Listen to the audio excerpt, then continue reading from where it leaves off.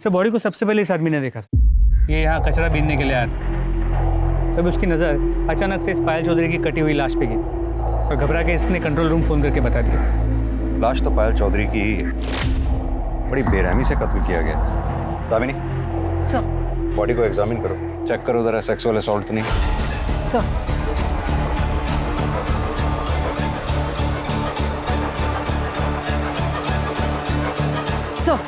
Sir body के दोनों हिस्सों पर रेप या सेक्सुअल असॉल्ट जैसा कोई निशान नहीं। सर के पीछे जो घाव है उससे ये लग रहा है कि पत्थर या किसी भारी चीज से वार किया।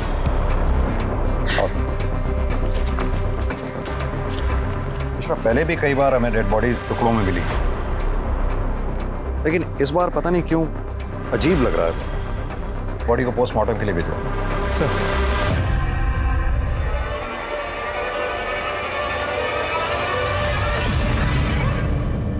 नमस्कार, आदाब। क्राइम पेट्रोल सतर्क के आज के एपिसोड में मैं अनूप सोनी आप सबका स्वागत करता हूं। पुलिस को एक महिला की 2 भागों में लाश मिली थी, लेकिन अक्सर ऐसे केसेस में जो देखने को नहीं मिलता वो ये कि मरने वाले की पहचान सही सलामत है। लेकिन तमाम सबूत मिटाने के बाद, जैसे कि विक्टिम का सामान, उसका मोबाइल फोन, मर्डर वेपन, कुछ भी क्राइम सीन पर नहीं मिला। लेकिन विक्टिम की पहचान छोड़ दी गई थी। ये कातिल की भूल थी या फिर कोई चाल। जिसका कत्ल हुआ वो एक मशहूर डांसर पायल चौधरी थी, जो कि दिल्ली, यूपी और बिहार में प्राइवेट पार्टीज में, इवेंट्स में और शादी ब्याह में परफॉर्म किया करती थी। आखिर पायल को इतनी बेरहमी और इतनी दरिंदगी से किसने और क्यों मारा? इस सच को जानने की कोशिश में ये केस ऐसा घूमा कि पुलिस के लिए इसे सॉल्व करना एक बहुत बड़ा चैलेंज बन चुका था। पर सबसे पहला और अहम सवाल ये था कि एक डांसर के अलावा पायल चौधरी कौन थी और उसकी कहानी क्या थी।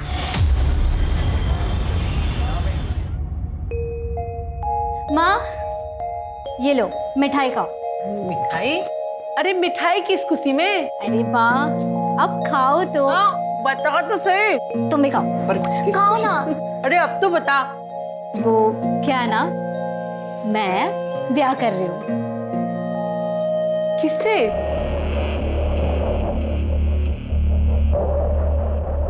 राजन शर्मा नाम है उसका। आप नहीं मिली हो माँ उससे? कुछ महीनों पहले मैं डांस इवेंट में मिली थी उससे। हाँ। छोरी बुरा ना माने तो एक बात कहूँ, भले घर का लड़का थारे जैसी नाचने गाने वाली के साथ ब्याह क्यों करेगा? और यो बता, तू ब्याह करके जो घर छोड़ के चली जाएगी, हाँ? तो यो घर कौन संभालेगा?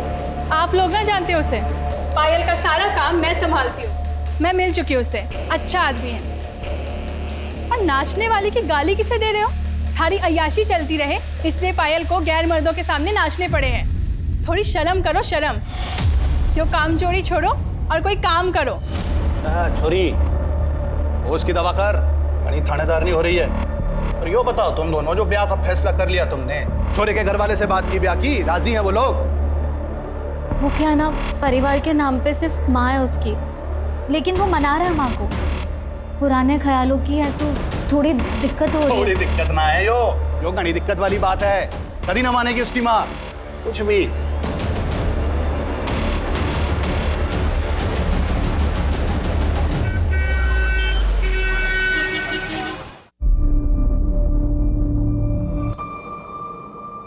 क्या हुआ? माँ, राजन की माँ ने हमारी शादी से मना कर दिया। उन्होंने राजन को बोला कि अगर तुम्हें शादी करनी है तो करो, लेकिन हमारी शादी में उनकी तरफ से कोई नहीं आएगा। अब मुझे नहीं लगता कि वो मुझे कभी भी बहू बनाए। माँ, मुझे नहीं समझ में आ रहा, मैं क्या करूँ? तो राजन पे भरोसा करे? हाँ। तो फिर कर ले ब्याह। और रही माँ की बात, तो देर सवेर वो मान ही जाएगी। मेरी छोरी से ज्यादा दिन कोई नाराज रह ना सके। मेरी छोरी है इतनी अच्छी। और जो ना माने है ना, तुम मन्ने बुला लियो। मारूंगी उस बुड्ढी को 2 मुक्के और वो खुद ही लाइन पे आ जाएगी।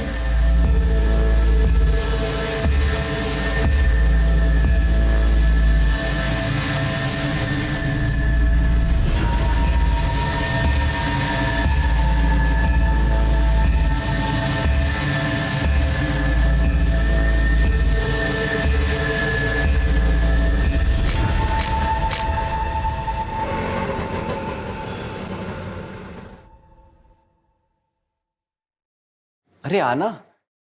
ले आया नचनिया को।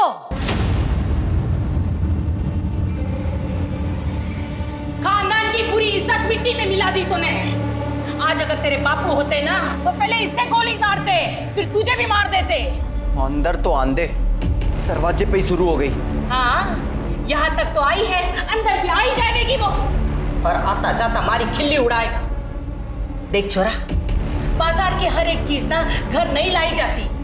हे राम जी, इस बुढ़ापे में काका दिखना पड़ेगा पता नहीं है। चलो।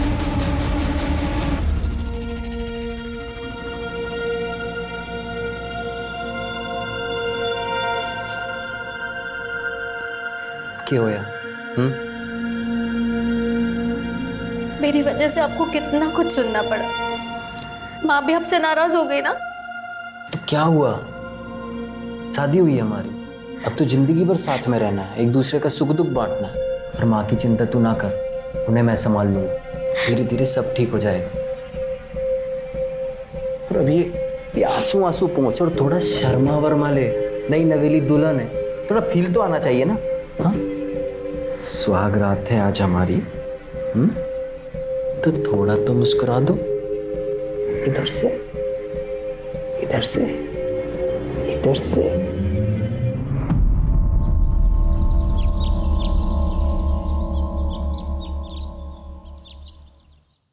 ये लीजिए आपका वॉलेट।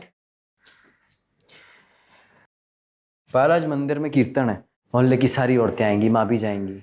तुम भी चले जाना, माँ को अच्छा लगेगा। लेकिन राजन, मैं कैसे जा सकती हूँ? मेरा तो शाम को इवेंट है, मैं इवेंट नहीं कैंसिल कर सकती। इवेंट में जाना माँ को खुश रखने से ज्यादा जरूरी है क्या? ये कैसी बात कर रहे हो तुम? तुम्हें तो शुरू से पता है ना कि मैं डांसर हूँ। तुम खुद मेरे डांस के फैन थे। सोचो, अगर तुम्हारा डांस का प्रोग्राम होता और मैं कैंसिल करती तो तुम्हें कैसा लगता? पता था तुम डांसर, तब की बात और थी, तब हमारी शादी ना हुई थी। शादी और मेरे काम का क्या लेना देना है? मेरा काम है राजन। ठीक है, जो करना है कर। लेकिन मेरी बात तो सुनो।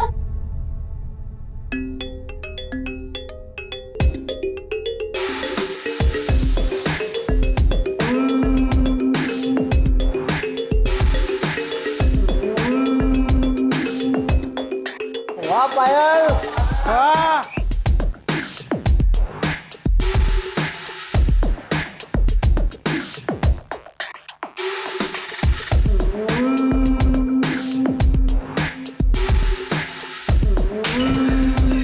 चल निकल यहाँ से। अच्छा। तो ठीक है ना? हाँ दीदी।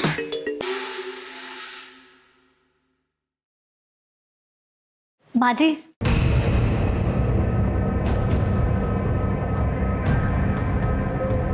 मैं ना आपके लिए मन से तोहफा लाई हूँ, आपको बहुत अच्छा लगेगा। मनने नहीं चाहिए, जो लेता होगा ना उसे जाकर दे। आप देखिए, आपको बहुत अच्छा लगेगा, सच में। एक बार देखिए। मैंने कहा ना मुझे नहीं चाहिए। तारी हराम की कमाई मनने नहीं चाहिए।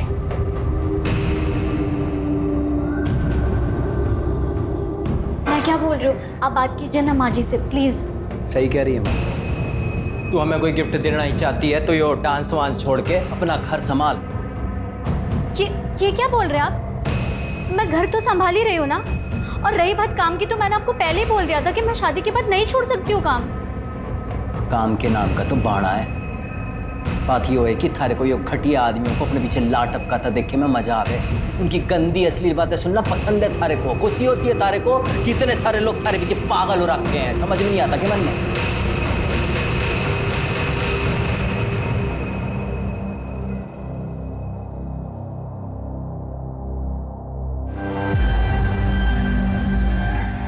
अच्छा हुआ जो ये अपने से गई। अब तू देख, मैं तेरे लिए कैसे खानदानी और सुशील बहू लाती हूँ। पूरी बिरादरी देखती रह जाएगी। राजेश शर्मा से तलाक लेने के बाद पायल वापस अपने घर लौट गई थी, लेकिन सर पायल का बाप बसे सर पायल की शादी से खुश नहीं था। इनफैक्ट वो तो शादी में शरीक तक नहीं हुआ। इसीलिए पायल जब वापस उसके घर चली गई तो उसका बाप उसे दिन रात सुनाता रहता था, काफी परेशान किया था। इसीलिए पायल ने अपना एक अलग घर ले लिया। तो अपनी छोटी बहन अलका, जो उसकी मैनेजर भी है, उसके साथ वहाँ शिफ्ट हो गई। सर कुछ दिनों बाद सुधा अनीश को लेकर पायल के साथ उनके घर शिफ्ट हो गई। सर सुधा पायल और अलका की सौतेली माँ है। सगी माँ का देहांत काफी साल पहले हो चुका था और लोगों का ये कहना है कि बेसेसर उस पर बहुत ही अत्याचार करता था, इसीलिए उसका देहांत हुआ। और उनका भाई अनीश? सर अनीश अलका और पायल का सौतेला भाई और सुधा और बेसेसर का बेटा। पर अनीश का अपनी बहनों से बहुत अच्छा रिश्ता है। मिश्रा, पायल की फैमिली को इन्फॉर्म किया? हम उन्हें लोकेट करने की कोशिश कर रहे हैं। सर, पायल चौधरी की पीएम रिपोर्ट। सर कल बॉडी के जो 2 हिस्से हमें मिले थे वो 2 अलग अलग लोगों के हैं। ऊपरी हिस्सा तो पायल चौधरी का ही है, लेकिन निचला हिस्सा किसी और का है। उसका मतलब बॉडी को देखकर जो अजीब हमें लग रहा था वो यही बात है। एक नहीं 2 मर्डर हुए। अब पता ये करना है कि दूसरी लड़की कौन है जिसका मर्डर हुआ। सर पोस्टमार्टम रिपोर्ट के मुताबिक ये दोनों मर्डर्स कल शाम 6 और 8 के बीच हुए हैं। और सर पायल की मौत सर के पीछे किसी पत्थर के वार की वजह से हुई। सर के पीछे एक घाव मिला है जिसमें सूखा हुआ खून है और सर पत्थर के कुछ पार्टिकल्स भी मिले। मिश्रा, हमें जल्द से जल्द ये डबल मर्डर केस सॉल्व करना होगा। पता लगाना होगा ये दूसरी लड़की कौन है जिसका मर्डर हुआ। इन बॉडी के हिस्सों को DNA टेस्ट के लिए भेजो। सर एक सेकंड। हेलो, कहाँ पर? ठीक है सर, शिवपुरी में कुएं के पास एक कटा हुआ हाथ और पैर मिला।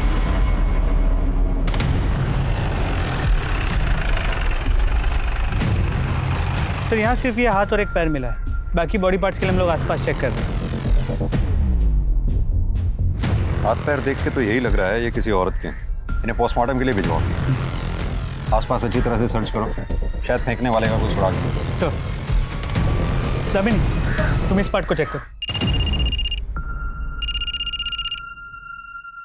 हेलो, ठीक है, मुझे एड्रेस मैसेज कर दो। सर पायल चौधरी का एड्रेस मिल गया।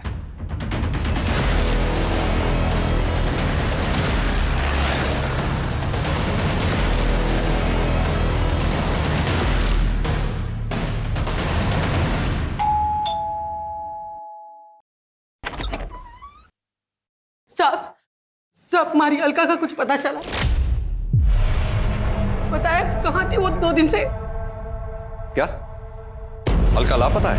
हाँ साहब, 7 तारीख की दोपहर को गाड़ी लेके निकली थी, बता के भी ना गई कहाँ जा रही है। और उसके पीछे मैं मंदिर चली गई। 2 घंटे बाद आई तो अनीश ट्यूशन से आ गया था, पर अलका ना आई थी। तो हमने घड़ी देर तक उसकी राह देखी, उसको फोन भी किया पर उसका फोन स्विच ऑफ आ रहा था। जब सवेरे तक ना आई तो घबराहट के मारे जनकपुरी थाने में जाके उसकी गुमशुदगी की रिपोर्ट लिखवाई। सब हम तो कल रात में गए थे ये पता करने के वो उसका कुछ पता चला, पर उसकी कोई खबर ना थी। साहब, अलका ठीक तो है ना? आप कौन? यो भाई से बच्चों का मामा। देखिए, हमें एक औरत की लाश मिली। एक्चुअली बहुत की नहीं, ये ना हो सके। वो अलका नहीं है माँ। दीदी ना हो सके।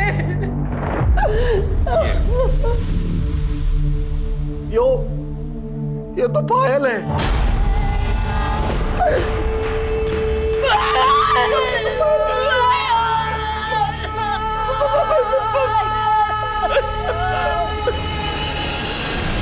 पायल की लाश यहाँ सहारनपुर में मिली।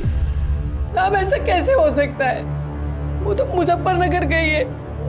7 तारीख को उसका प्रोग्राम था वहाँ। आज तो वो वापस आने वाली थी, हम उसकी राह देख रहे थे, पर वो हमेशा के लिए हमें छोड़कर चली गई। देखिए, मैं जानता हूँ कि हालात काफी नाजुक हैं, लेकिन फिर भी बस इतना जानना चाहता हूँ कि पायल का क्या कभी किसी से कोई झगड़ा हुआ था या कोई दुश्मनी थी? सब दुश्मनी क्या होगी ऐसी नेक्चुरी की, पर आजकल शाम के साथ घने झगड़े होते थे उसके। श्याम कौन? श्याम तिवारी, पायल का पति। दोनों ने मंदिर में ब्याह किया था। श्याम ने पायल से पैसों के लिए ब्याह किया था। पायल को बेवकूफ बनाकर उससे पैसे लेकर कैश में एक दुकान खरीदी थी। पायल उससे इतना प्यार करती थी, पर बाद में पता चला कि श्याम पहले से ही शादीशुदा है। रुड़की में उसके बीवी बच्चे रहते हैं। बाद में उसने रजिस्ट्रार ऑफिस में जाकर पता किया तो पता चला कि उसने दुकान तो खरीदी थी पर अपने नाम पे। इस बात पे उन दोनों में घड़ा झगड़ा हुआ। अलका को भी ये बात पता है। उसने भी तिवारी को खूब खरी खोटी सुनाई थी। पायल को मालूम था कि अलका गायब है? नहीं साहब, हमने फोन किया था पर उसका फोन बंद आ रहा था और अलका की टेंशन में फिर हम उसे फोन करना ही भूल गए। आपके पति आपकी बच्चियों से बहुत नफरत करते हैं। क्या आपको लगता है कि वो ये काम? साहब, वो वैसे ही बड़ा गिरा हुआ इंसान है। कुछ कह नहीं सकती कि वो इतना भी गिर सकता है। अनीश, तुम कुछ कहना चाहोगे जिससे हमारी मदद हो सके? मैं तो बस इतना ही कहना चाहूंगा कि पायल और अलका दी सिर्फ मेरी बहन ही नहीं, भाई बाप सब थी। ठीक है, अभी हम चलते हैं। अलका के बारे में जैसी कोई खबर मिलेगी आप लोगों को इन्फॉर्म कर दें। मिश्रा, ये जनकपुरी पुलिस स्टेशन से अलका के केस की फाइल मंगवाओ। अब ये केस हम ही देखेंगे। पता करो 7 मार्च को पायल सहारनपुर में क्या कर रही थी। वो मुजफ्फरनगर गई भी थी या नहीं? अलका की गाड़ी ढूंढवाओ। अलका और पायल दोनों के कॉल रिकॉर्ड्स और मोबाइल लोकेशन डिटेल्स निकलवाओ। और हाँ, श्याम तिवारी, इसको थाने बुलाओ पूछताछ के लिए। क्या मेरी पायल का मर्डर हो गया है? तो नहीं सर, ऐसा नहीं हो सकता सर। ओवर एक्टिंग कम कर। सर, मैं एक्टिंग नहीं कर रहा हूँ, मैं सच कह रहा हूँ। मैं पायल से बहुत प्यार करता था। अपनी पहली बीवी और बच्चों से भी ज्यादा। सर मैं मानता हूँ कि मैं शादीशुदा हूँ, लेकिन भगवान जानता है कि ये रिश्ता कब का टूट चुका था और अब तो मैं उसे कानूनी तरीके से भी खत्म करने वाला था। क्योंकि पायल के पास ज्यादा पैसा था। उसकी दुकान हड़प के भी तुझे चैन नहीं मिला। सर, ये झूठ है। मैंने उसके लिए अपने पैसों से दुकान खरीदी थी। सर, मैं कब से अपनी एक इवेंट कंपनी का ऑफिस खोलने के लिए पैसे जोड़ रहा था। अच्छा, तो तूने पायल की ब्लैक मनी से दुकान नहीं खरीदी? सर, मैं उसके पैसे से क्यों दुकान खरीदूंगा? ठीक है, तो अभी तो जा सकता है, लेकिन सहारनपुर छोड़कर कहीं मत जाइए। अपनी बीवी के पास रुड़की भी नहीं। जी सर।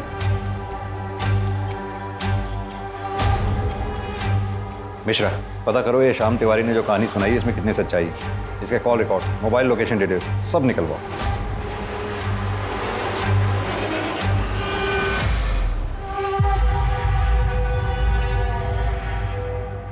सर अलका का फोन स्विच ऑन हुआ था। इससे पहले कि लोकेशन पता कर पाते, फोन फिर से स्विच ऑफ है।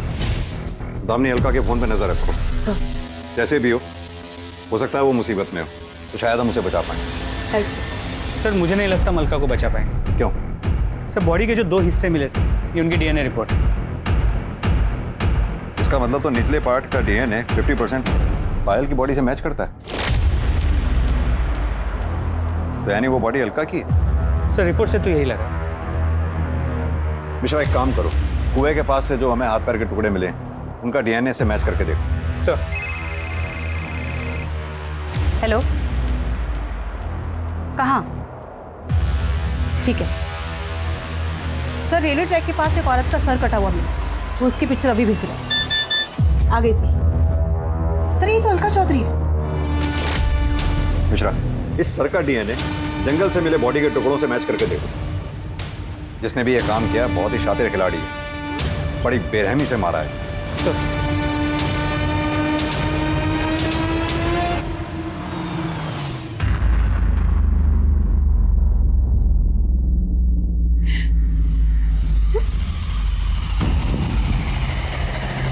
आंटी जी,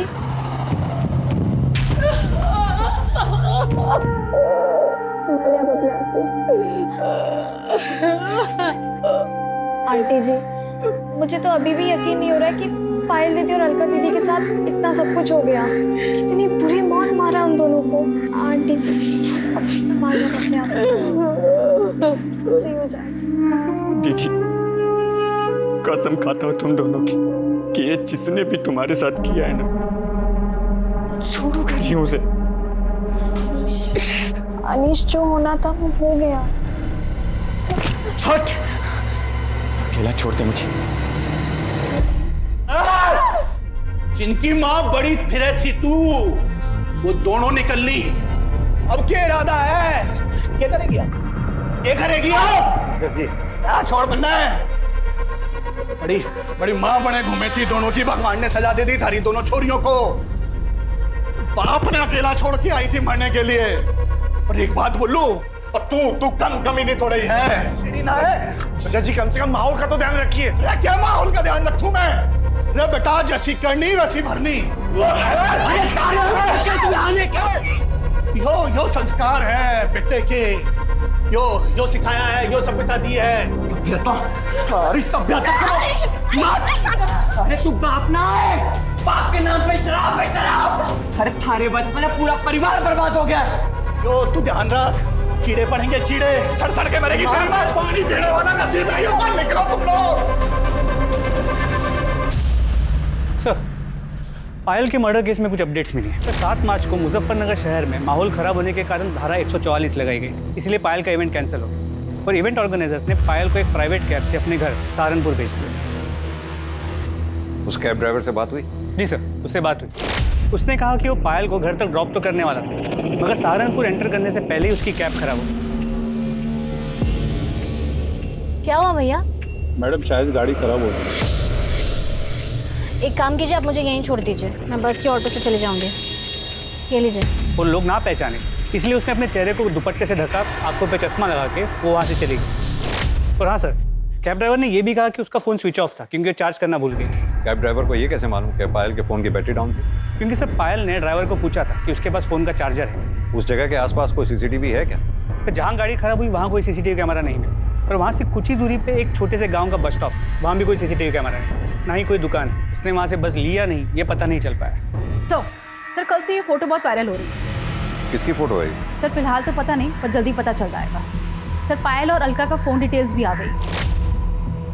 मोबाइल लोकेशन के अकॉर्डिंगली 7 मार्च शाम को 6 बजे अलका का जो लोकेशन है उससे घर से कुछ किलोमीटर दूर का दिखा रहा है, जहाँ पे दोनों की डेड बॉडीज मिली। सर अलका के फ़ोन की लास्ट लोकेशन क्राइम स्पॉट के पास दिखा रहा है, जबकि पायल का फ़ोन शाम को 4 बजे सहारनपुर के बॉर्डर के पास स्विच ऑफ हो गया। इसका मतलब कैब ड्राइवर सच कह रहा था, अलका का फ़ोन स्विच ऑन हुआ? नहीं सर। यानी कि अब तक हमें यह पता है कि पायल 7 मार्च को सहारनपुर बॉर्डर के पास तक पहुंची। उसके बाद वो आगे कहाँ गई, उसके साथ क्या हुआ, ये हमें पता करना है। साथ में ये भी पता करना है कि जो फोटो में आदमी दिख रहा है ये कौन है। हो सकता है पायल की माँ सुधा इस आदमी को जानती है। Right sir.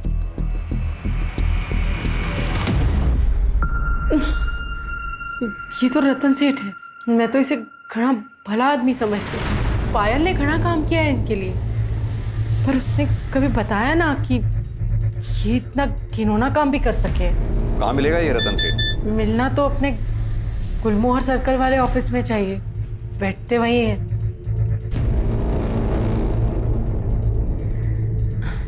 गर्लफ्रेंड से बात करें। गर्लफ्रेंड भी है तुम्हारी? जी, जूही। बचपन से ही घना प्यार करें एक दूसरे को। सेठ घनश्याम ठाकुर जी ने कहा है कि जैसे ही सही समय आएगा दोनों का ब्याह कर देंगे। ठीक है।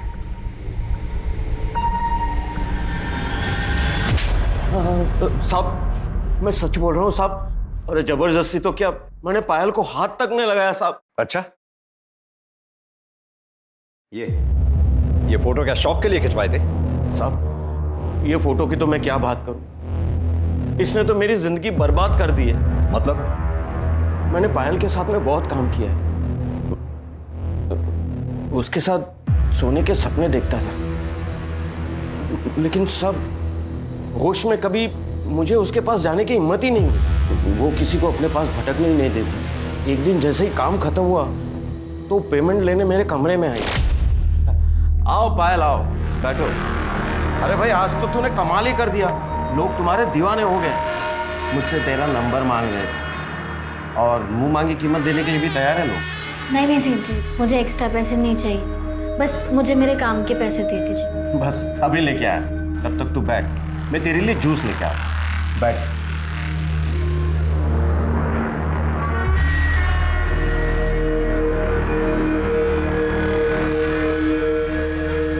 ये लो जूस पियो, अकाउंटेंट तुम्हारे पैसे लेकर आते ही हो।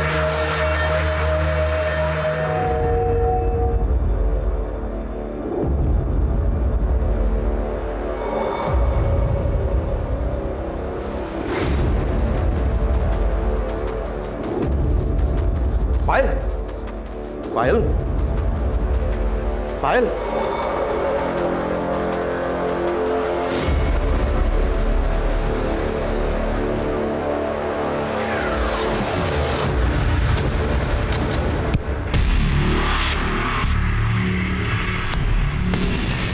जब मुझे होश आया तो मैं बिना कपड़ों के अपने बेड पे पड़ा था। पायल आसपास कहीं नजर नहीं आ रही थी। तो मैं डर गया कि कहीं वो किसी को बता तो नहीं देगी, पुलिस में तो नहीं चली जाएगी। साहब फिर मैंने अपना फोन देखा तो देखा कि उसमें ये फोटो भी थी और एक मैसेज भी था कि 2 लाख रुपया दे दो वरना ये फोटो पुलिस के पास चली जाएगी। किसने भेजा था वो मैसेज और फोटो? साहब अलका ने। उसी ने मेरे सर पे मारा था जिसके वजह से मैं बेहोश हो गया था। अब तक 15 लाख रुपया ले चुकी है सर इस फोटो के ऊपर। अब और पैसे ना देने पड़े इसलिए अलका को मार दिया। पायल के साथ सोने का ख्वाब पूरा नहीं हुआ, पायल को मार दिया। नहीं सर, नहीं सर, मैंने ऐसा कुछ नहीं किया। मैं किसी को क्या मारूंगा, मैं तो एक शरीफ आदमी हूँ। मिश्रा, इसे तब तक रखो जब तक ये केस सॉल्व ना हो जाए। इसके call records, mobile location detail सब निकलवाओ। अच्छी तरह से तोड़ाई करो इसकी। नहीं सर, अरे सर। डीएनए रिपोर्ट से यह साबित हो गया कि कुएं में मिला पैर पायल का था, जबकि कुएं में मिला हाथ और रेलवे पटरी के पास मिला सर अलका के शरीर के हिस्से थे। पुलिस के पास इस केस से जुड़ी कई जानकारियां थी, लेकिन फिर भी ये केस अनसुलझा था। और तभी अलका का फोन स्विच ऑन हुआ और पुलिस उस तक पहुंचने में कामयाब हुई जिसके पास अलका का फोन था। ये एक 15-16 साल का लड़का था जिसे अलका का फोन उस खेत से कुछ ही दूरी पर मिला था जहां दोनों बहनों की लाश मिली थी। इसी ने पायल और रतन की फोटो को अपने दोस्तों को भेजा था और फिर उन दोस्तों ने इस फोटो को आगे भेजकर वायरल किया। अलका के फोन की स्कैनिंग के बाद यह साफ हो गया कि रतन सच बोल रहा है। फोटो और मैसेज अलका ने ही भेजे थे और वो रतन को ब्लैकमेल कर रही थी। लेकिन तब भी इससे यह साबित नहीं होता कि रतन ने अलका और पायल का कत्ल नहीं किया था, बल्कि शक अब और गहरा हो चुका था। लेकिन यह साफ था कि दोनों बहनों का कत्ल एक ही समय एक ही जगह पर किया गया था, लेकिन उनके शरीर के हिस्से पुलिस को कंफ्यूज करने के लिए अलग अलग जगह फेंक दिए गए थे। 2 जवान लड़कियों का कत्ल करके उनके शरीर के टुकड़े करना इतना आसान काम नहीं था। लेकिन सवाल यह था कि यह किया किसने था? श्याम, रतन या फिर कोई और था इन दिल दहला देने वाली दर्दनाक हत्याओं के पीछे? सर, अलका की कार सहारनपुर के बाहर हरियाणा बॉर्डर के पास मिली है, जहां उसे स्क्रैप करने के लिए छुपाया गया था। मतलब जिसका भी एक काम है, काफी शातिर है, नहीं चाहता था कि गाड़ी हमें मिले। गाड़ी फॉरेंसिक के लिए भेजो। जी सर। रतन सेठ के स्टेटमेंट को क्रॉस वेरीफाई किया? जी सर। जैसे उसने बयान दिया था 6 से 8 मार्च के बीच वो दिल्ली में कॉन्फ्रेंस के लिए गया हुआ था। उस दौरान उसकी मोबाइल की लोकेशन भी दिल्ली की है और कॉन्फ्रेंस में आए कुछ लोगों को मैंने ट्रैक किया, उनसे बात की। उन्होंने कंफर्म किया कि उस दौरान रतन कॉन्फ्रेंस में ही था। हो सकता है उसने ये काम सुपारी देकर करवाया हो। सर पॉसिबल तो है, लेकिन उसके कॉल रिकॉर्ड से ऐसी कोई बात सामने नहीं आई। सर शाम की बैंक डिटेल्स आ गई। सर उससे तो ये पता चला है कि दुकान खरीदने से पहले उसने बैंक से काफी भारी रकम उधार ली थी। सर इससे तो ये लग रहा है कि वो सच बोल रहा है। सर इसके अलावा और कोई इन्फॉर्मेशन नहीं मिली। मिश्रा, पायल के बाप बसी सर, इसके बारे में पता किया मर्डर के वक्त वो कहाँ था? जी सर, 7 मार्च को शाम से ही वो एक देसी ठेके में बैठे उधार की दारू पी रहा था। वहाँ काम करने वाले कुछ लोगों से मैंने बात की, वो वही था। और हाँ सर, पायल के पहले पति राजन के बारे में पता किया। राजन का और उसकी माँ का पायल और अलका से मार्केट में झगड़ा हुआ था, जिस दौरान अलका ने राजन की माँ का सर फोड़ दिया और राजन ने उन्हें धमकी दी थी कि वो उन्हें देख लेगा। और राजन की मोबाइल की लोकेशन उस शाम उसी एरिया की है जहां हमें दोनों बॉडीज मिली थी। हो सकता है इस कांड को अंजाम राजन ने ही दिया हो। सर जी, मैंने किसी को नहीं मारा, उल्टा पायल और अलका झगड़े को इस लेवल तक ले गई थी, वरना मैं तो उनके मुंह तक ना लगता। क्या हुआ, कितना टाइम लगेगा दीदी? अरे 2 मिनट रुको, पता नहीं क्या हो गया। पाउडर लिपस्टिक पोत कर चली नचनिया, पता नहीं आज किसका घर बर्बाद है। क्या बोली तू? हाँ, हमारी बहन का घर तोड़ दिया। कुछ तो शर्म कर बुढ़िया, भगवान को क्या मुंह दिखाएगी? देखो भगवान की बातें कौन कर रहा है। पूजा पाठ का नौटंकी करती है और कमीन पंती नहीं छोड़ती है। तुझे तो अलका, ये बकवास कर रही है? औकात मेरे वरना क्या? टूट जाए हमारी घर और गृहस्थी, अब मुझे कोई डर नहीं है। और क्यों सुनो मैं तुम्हारी और तुम्हारी माँ की बकवास? हमारी घर गृहस्थी हमारी माँ की वजह से ना टूटी है। थारे को ये घर गृहस्थी से ज्यादा अपना नाच गाना पसंद था। अच्छा, तो ये बात नहीं थी तेरे लिए? तुझे पता नहीं था कि ये क्या काम करती है? तब मारे छोरे ने ये सोचा था कि ये कीचड़ मारे घर में आकर पवित्र हो जाएगी। इसे एक आदमी से थोड़ी ना पेट भरता है। छोड़ूंगा नहीं तेरे को, जान से मार दूंगा दोनों को। जा। इसके बाद मैं सीधा अपनी माँ को लेकर डॉक्टर के पास गया। 3 टांके आए थे माँ को। और तभी तूने तय कर लिया पायल और अलका को मारने का। देखिए सर जी, मैं मानता हूँ कि मैं उस एरिया में था, पर मैं वहाँ अपने फैमिली डॉक्टर से अपनी माँ की दवाइयाँ लेने गया था। आप चाहो तो पता कर लो। वो तो हम पता कर ही लेंगे। अभी तो तू जा सकता है, लेकिन सहारनपुर छोड़कर कहीं मत जाइए। सर, फोरेंसिक टीम ने बताया कि गाड़ी में कोई फिंगरप्रिंट्स नहीं मिले और जो भी खून के ट्रेसेस मिले वो दोनों बहन अलका और पायल के ही। यानी कि पायल और अलका का मर्डर हो सकता है कि गाड़ी में ही हुआ हो सकता है फिंगरप्रिंट्स जानबूझ के मिटाए गए। किसका काम हो सकता है? सर, ये शाम के phone record. Sir, call records के मुताबिक मर्डर के 2 दिन पहले इस शाम ने एक सुपारी किलर गफूर को कांटेक्ट किया।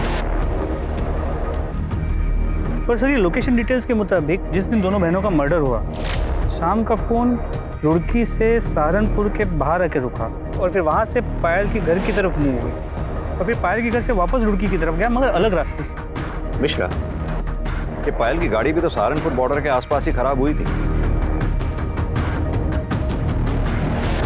जी sir. Sir sir sir sir मत मारो सर सर सर सर बता रहा sir sir sir sir sir sir plan तो ये था कि जब 9 मार्च को पायल मुजफ्फरनगर से सहारनपुर आएगी ना, तभी उसका काम तमाम कर दूंगा और उसी दिन अलका को भी मार दूंगा। लेकिन सर अचानक से पता चला कि पायल का इवेंट ही कैंसिल हो गया।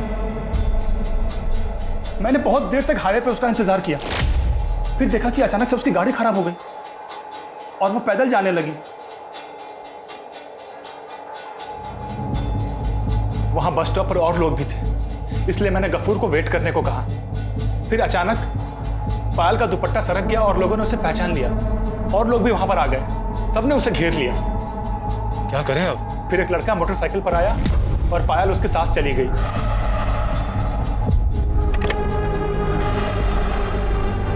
वो लड़का कौन था जिसके साथ वो बाइक पे गई थी? सर, वो हेलमेट पहन रखा था, उसकी शक्ल नहीं देख पाया मैं। बाइक का नंबर, बाइक का मॉडल, कलर कुछ तो नोटिस किया होगा।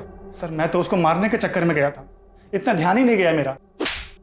कहानी सुना रहा है तू हमें? सर, मैं सच कह रहा हूं, मैं उसके पीछे तक भी गया था, काफी देर तक उसका पीछा किया।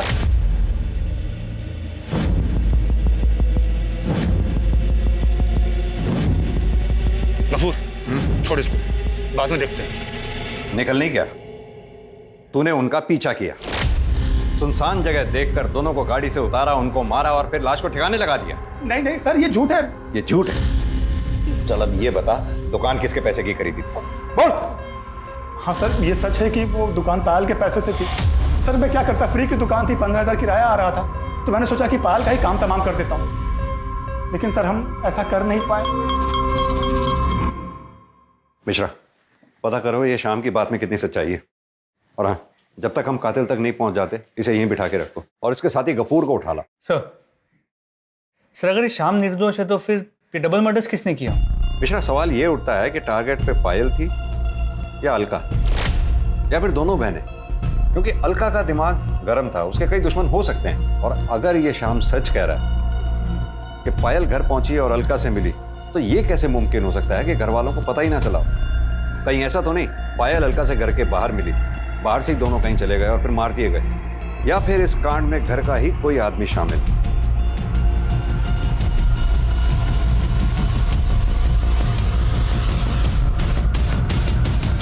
तो श्याम तिवारी सही कह रहा था, अलका के एक नहीं कई दुश्मन।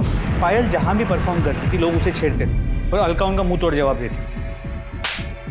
वो ये नहीं देखती थी कि वो कौन है, कोई नेता है, नेता का भाई है या पैसे वाला आदमी। वो किसी से भी नहीं डरती थी। यानी कि एक कामचोर बाप ने अपनी अय्याशी के लिए अपनी दोनों बच्चियों का जीवन ही बर्बाद कर दिया। पता करो ये पायल के चाहने वालों की लिस्ट में क्या कोई ऐसा है जो इतने सालों तक अपनी खुंदक पाल के बैठा हो? सर। दामिनी, सर, राजन की स्टेटमेंट को क्रॉस वेरीफाई किया? Yes sir. सर, वो सच बोल। सर, उस दिन वो डॉक्टर के यहाँ दवाई लेने के लिए गया था। क्लिनिक की सीसीटीवी फुटेज में ये दिख रहा है कि शाम को 6 बजे से लेकर 7 बजे तक वो क्लिनिक में ही था और उसके बाद उसके मोबाइल लोकेशन घर की तरफ मूव कर। सर, एक सेकंड। हेलो, कहाँ पर? ठीक है सर। खंडर के पास एक औरत का कटा हुआ हाथ और पैर में, जो काफी बुरी हालत में।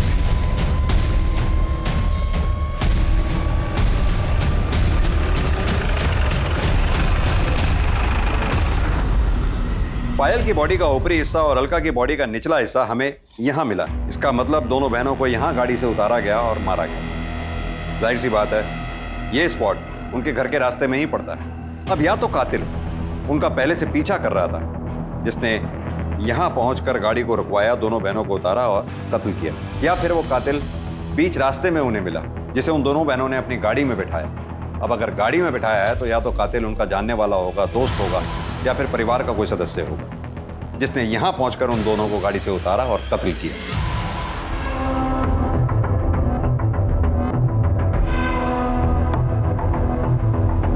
सर, अनीश अभी घर से बाहर निकला है, मैं पीछा कर रहा हूँ सर।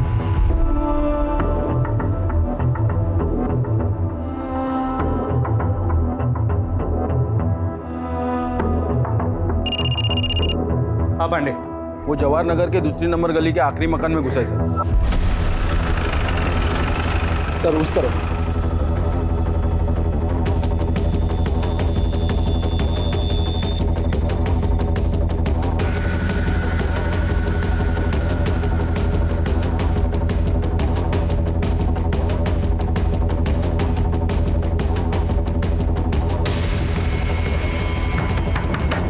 अनीश, हमें पता है तुम अंदर हो, चुपचाप बाहर आ जाओ।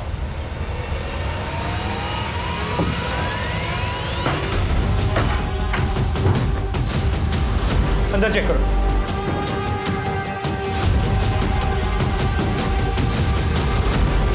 सर, अंदर कोई नहीं है।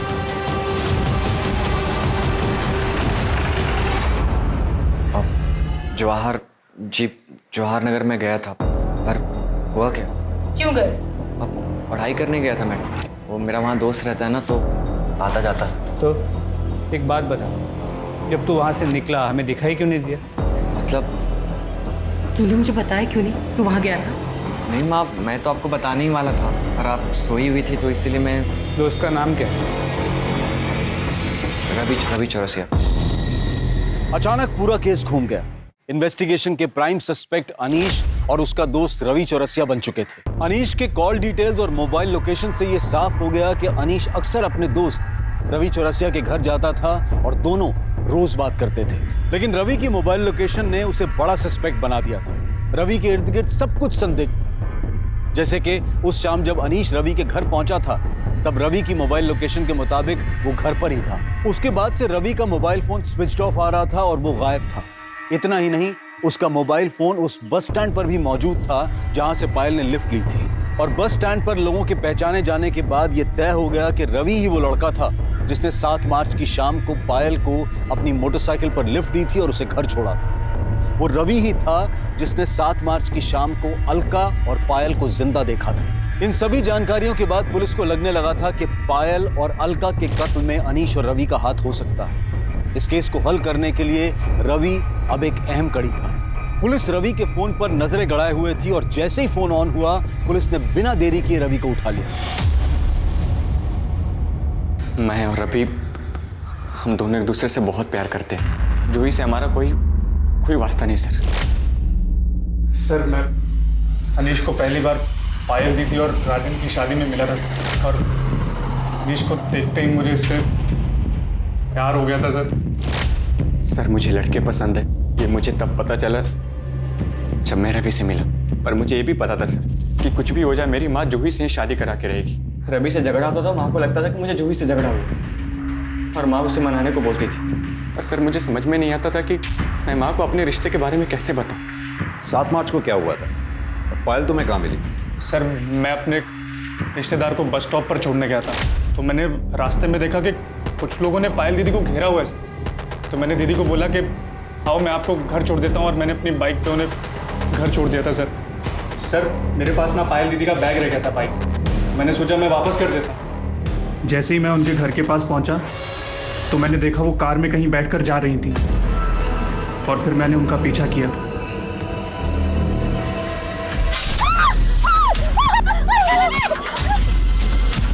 ये देखकर मैं बहुत डर गया था सर।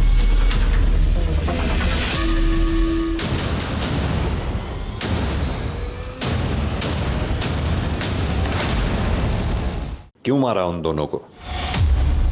मैंने सोच लिया था कि मैं उस अलका को जिंदा ना छोड़ूं। फिर पायल 2 दिन के लिए बाहर गई थी, यही मौका था। हमने सोचा कि बहाने से उसे मंदिर ले जाते हैं और वहीं मार देते हैं, पर फिर पायल वापस आ गई। अरे पायल, शुक्र है भगवान का तू आ गई। मैं तो जान ही सूख गई थी जब ऑर्गेनाइजर ने बताया था कि तू काफी देर पहले निकल गई। अरे पायल, तू तो 9 तारीख को आने वाली थी, फिर? अरे माँ, मैं बताना भूल गई, वो इसका प्रोग्राम कैंसिल हो गया। चल अब आई गई है तो हमारे साथ मंदिर चल, घर में अकेले क्या करेगी? अच्छा ठीक है, मैं बैग रख के आती हूँ। हाँ? तो मैंने और भाई ने तय किया कि हम उन दोनों को मार देते। पता नहीं फिर ऐसा मौका मिले ना मिले। जब गाड़ी सुनसान जगह पर पहुंची तो मैंने बहाना बनाया, मैं बस 2 मिनट। हाँ माँ।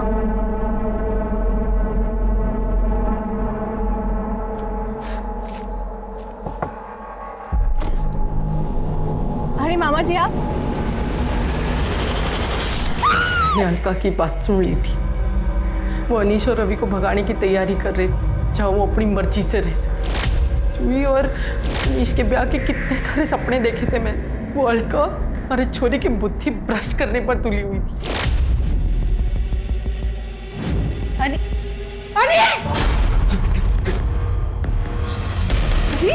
यो क्या कर रहा है? हाँ? इतनी सुथरी गर्लफ्रेंड है थारी, फिर यो? माँ हमारी गर्लफ्रेंड ना है। आंटी आप तू तो रहने दे सुनने सुनाने की बातें। निकल निकल। माँ, इतना हल्ला क्यों मचा रही है? गलत क्या है इसमें? अनीश अगर इसमें खुश है तो इसे खुश रहने दे। तू इसकी तरफदारी कर रही है? अच्छा, अब समझी। थारे को ये सब पहले से मालूम था। यो थारा दोस्त। अरे तूने इतना भी ना सोचा कि अपने दोस्त के खातिर अपने भाई की जिंदगी खराब कर रही है? माँ, इतना नाटक करने की ना जरूरत ना है, सब समझ रही हूँ मैं। अनीश की बात माननी पड़ी और जूही और अनीश की अगर शादी नहीं हुई तो थारा लखपति बनने का सपना टूट जाएगा। मारे जीते जी ये ना हो सके है कि हमारा चोरा किसी चोरी से ब्याह करे। माँ, हम उनकी लाशों को घसीटकर जंगल में ले गए। भाई ने उनके शरीर के टुकड़े टुकड़े कर दिए। पायल का फोन कहाँ है? वो मैंने लाश के टुकड़ों के साथ जंगल में फेंक दिया। अलका वही फोन ढूंढा पर नहीं मिला। फिर बहुत अंधेरा हो रहा था तो ढूंढना छोड़ दिया और निकल गया वहां से। मारना तो हम सिर्फ अलका को चाहते थे। पायल तो सीधी थी, उसे तो हम बाद में भी देख लेते। लेकिन कहते हैं ना, जिसकी मौत जहां लिखी होती वो वहां अपने आप पहुंच जाता है। ऐसा कहा जाता है कि जब कोई किसी के साथ अच्छा करता है तो उसका फल भी अच्छा ही मिलता है, लेकिन इस केस में उल्टा हुआ। जिस अलका और पायल ने अपनी सौतेली माँ और सौतेले बेटे अनीश को ऐशो आराम और इज्जत की जिंदगी मुहैया करवाई, उसी सौतेली माँ ने अपने बेटे की भलाई सोचकर बेटियों की जान ले ली। ये केस एक सबक है कि अपराध और आपराधिक मानसिकता किसी के अंदर भी विकसित हो सकती है और अपराध घर या बाहर कहीं भी पनप सकता है। देखते हैं हमारे आज के एपिसोड की दूसरी कहानी। मैं भी वही हूँ जिनके इंसाफ के लिए कभी कैंडल मार्च हुए थे। उनकी आवाज़ उठाने के लिए हम सब ने अपनी चुप्पी तोड़ी थी, पर मेरे लिए ना धरना है ना आशा की कोई आँच जली। क्या मुझे कभी इंसाफ नहीं मिलेगा?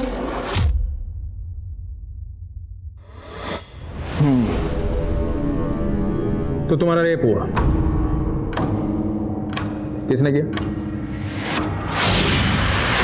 सर वो कुछ याद नहीं आ रहा कौन था, पर उसने मेरे साथ।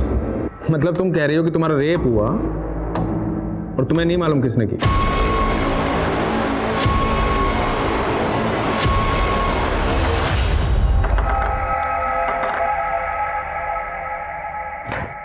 नमस्कार, आदाब।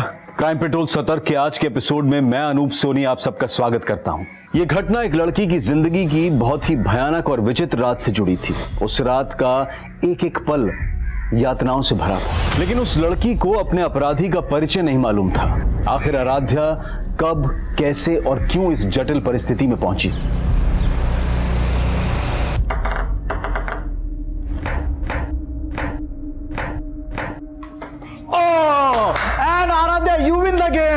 शॉट। ए नैना क्या कर रही हो तुम, थोड़ा एनर्जी रखो ना। आराध्या आई लाइक इट, लेकिन गेम है ना इतना लंबा नहीं चलना चाहिए, थोड़ा थोड़ा इंप्रूवमेंट करो। और देखो क्या है, ये बैकहैंड है ना, ये बैकहैंड को हम ये ऐसा पकड़ा हमने और ये हमने ये स्ट्रोक दिया, समझिए, ये स्ट्रोक दिया। नहीं ना, देखो तुम्हारा क्या होता है, तुम एनर्जी नहीं रखती, तुम्हें फोर्स होना चाहिए। हाँ, ये जो स्ट्रोक है ना, ये इस तरह से, ये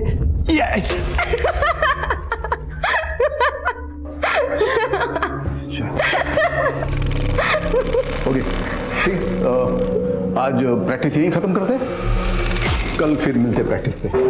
चल आराध्या, आज पार्टी करते हैं, जाम से जाम टकरा के मैं अपनी हार और तू अपनी जीत सेलिब्रेट करते हैं। अच्छा, जाम से जाम टकराएंगे ना तो लीवर जाम हो जाएगा, फिटनेस पर ध्यान नहीं देना तुझे। आराध्या क्या हुआ?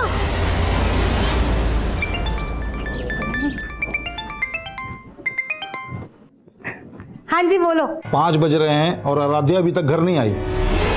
अच्छा, तो आपके बेटे ने आराध्या की आपको सारी खबर दे दी? हाँ तो भाई है तो फिक्र तो होगी ना उसको।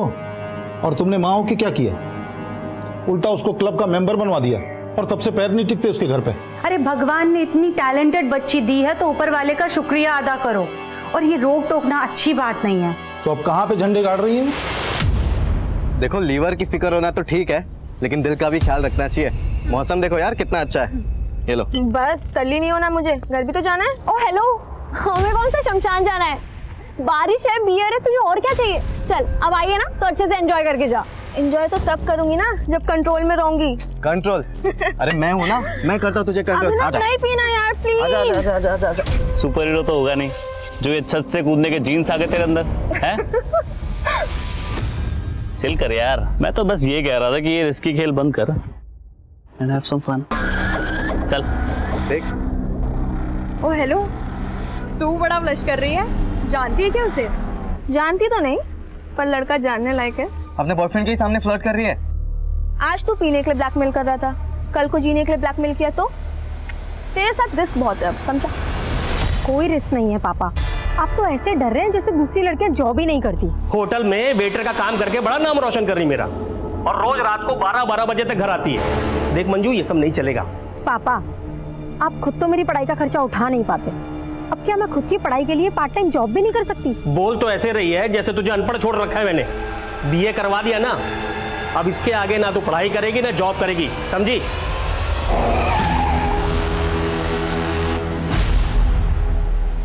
ये लड़की मेरी नाक कटवाएगी एक दिन।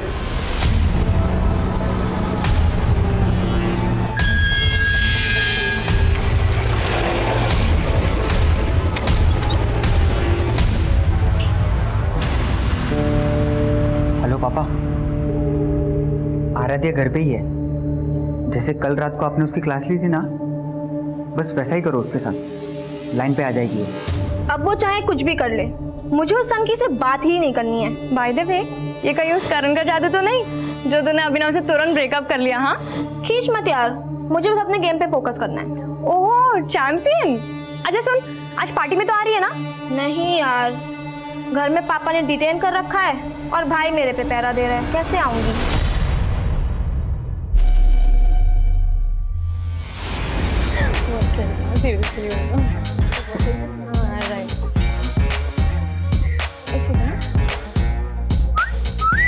वाह क्या बात है।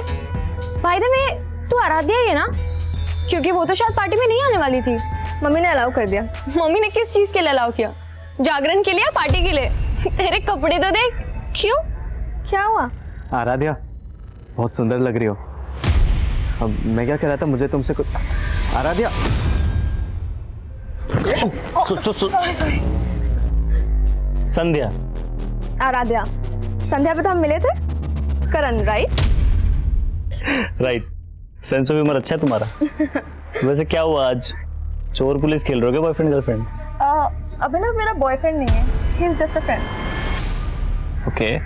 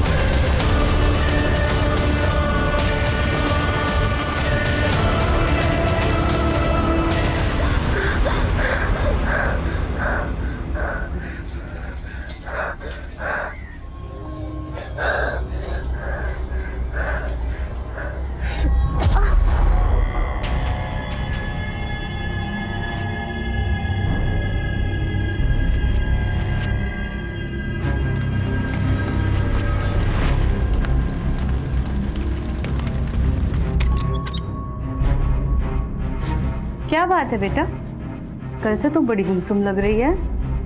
माँ वो कुछ नहीं, बस थोड़ी तबीयत ठीक नहीं है।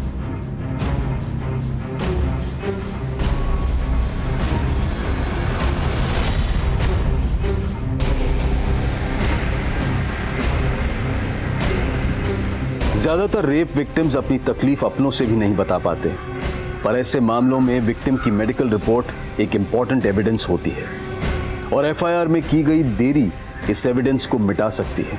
आराध्या ने अपने परिवार को भी ये बात 3 दिनों बाद बताई, लेकिन तब तक बहुत देर हो चुकी थी। शराब, पार्टी और लड़के, इसके अलावा कुछ सोचता है तुझे? ये तो होना ही था तेरे साथ। बस कर अंश, इसका रो रो करके पहले ही बुरा हाल है और तू है कि इसको कोसे ही चला जा रहा है। पर तू क्या कर रही है सुहासिनी? अभी भी अंश को रोक रही है तू। बड़ा बोल रही थी ना, बड़ी टैलेंटेड लड़की पैदा की है। अरे हमारी इज्जत खराब करने के लिए पैदा हुई है ये। अब कुछ बोलेगी? कौन था वो, क्या नाम था उसका? कुछ बोलेगी? पापा नाम क्या? इसको तो उसकी शक्ल तक याद नहीं है। क्या? हाँ, नशे में टूल थी। मुझे तो लगता है दारू के साथ ड्रग्स भी लेना चालू कर दिया इसने। ड्रग्स नहीं लिया था मैंने, बस थोड़ी सी बियर पी ली थी। ऐसे बोल रही जैसे बहुत महान काम किया इसने। हाँ मैंने गलती की पापा, पर उसका मतलब ये नहीं कि कोई भी मेरा रेप कर देगा। 3 दिन से इसीलिए चुप थी कि मुझे पता था आप मुझे गलत समझोगे, और जिसने गलत किया है उसे कोई भी नहीं कोस रहा है। अरे तो कोसने के लिए कोई होना चाहिए ना। अब वो जो भी है उसे पुलिस ढूंढेगी। हाँ हाँ, तू तो बड़ी मिनिस्टर की बेटी है, पुलिस तेरे इशारे पे काम करेगी। क्या बोलेगी पुलिस को तू? तुझे उसका नाम, उसकी शक्ल कुछ तो याद नहीं है, तो चुपचाप घर पे बैठ, कहीं जाने की जरूरत नहीं है।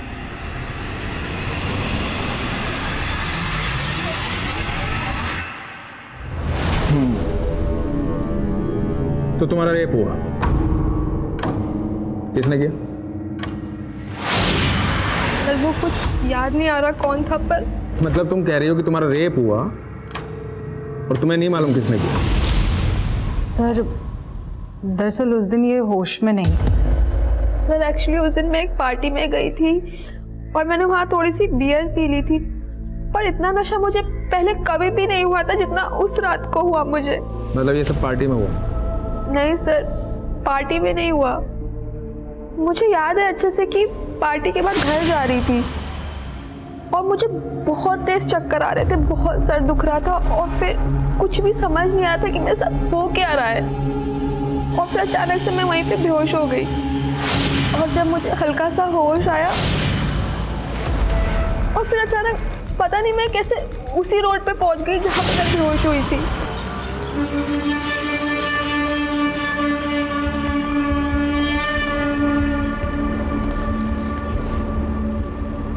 फिर मैंने रियलाइज किया कि मुझे पेट में दर्द हो रहा है, कुछ समझ ही नहीं आ रहा था।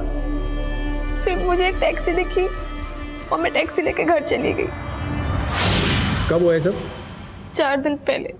मतलब तुम्हारा रेप हुआ आराध्या, और तुम्हें यहाँ आने में 4 दिन लग गए? सर मैं नहीं समझ पा रही थी कि मैं कैसे आपको ये सब बताऊंगी। मतलब तुम कंफ्यूज थी? कहीं ऐसा तो नहीं कि होश आने और होश जाने के बीच में जो तुम्हारा रेप हुआ, जो तुम बता रही हो, ये सब वाकई में एक सपना हो? नहीं सर, मेरा ये कोई सपना नहीं था, मेरा सच में रेप हुआ है। अरे तो मान लेते हैं रेप हुआ है, पर रिपोर्ट बताओ किसके खिलाफ लिखूं, बोलो।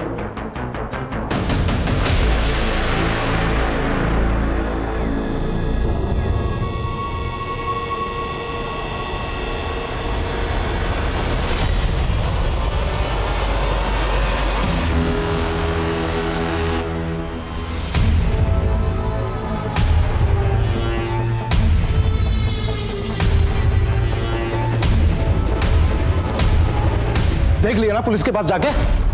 मैंने पहले ही बोला था वो लोग कंप्लेंट तक नहीं लिखेंगे तुम्हारी। उन्होंने कंप्लेंट नहीं लिखी पापा, इसका मतलब ये नहीं कि मेरे साथ क्राइम नहीं हुआ है। लेकिन ये भी तो हो सकता है कि तेरा रेप ही ना हुआ हो।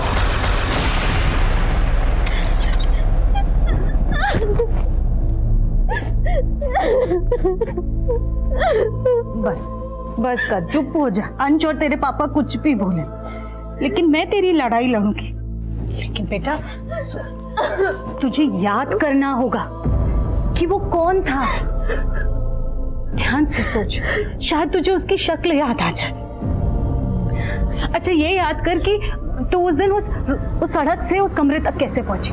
तू खुद से गई थी या तुझे कोई जबरदस्ती लेकर के गया था? ओके ठीक है, बाय। आई बैठी, आ जाओ बेटा, बैठ। सर जब से ये सब हुआ है तब से ये बहुत सदमे में है। मैं समझ सकता हूं बेटा, डरने की जरूरत नहीं। तुम्हारे साथ जो कुछ भी हुआ है हमें ठीक से बताओ।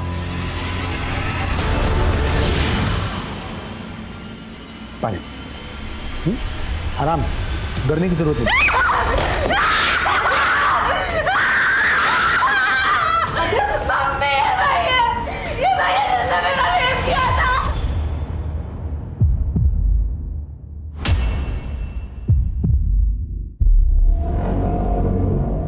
क्या बोल रही है? सॉरी सर, ये बहुत डिस्टर्ब है जब से ये सब कुछ हुआ है।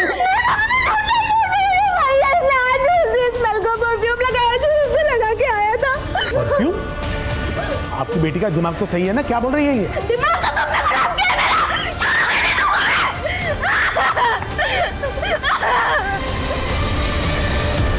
आराध्या कह रही थी कि उसे उस आदमी का चेहरा तक भी याद नहीं है जिसने उसके साथ बलात्कार किया था, और अब परफ्यूम की स्मेल की दलील देकर एक एसएसपी पर गंभीर आरोप लगा रही थी।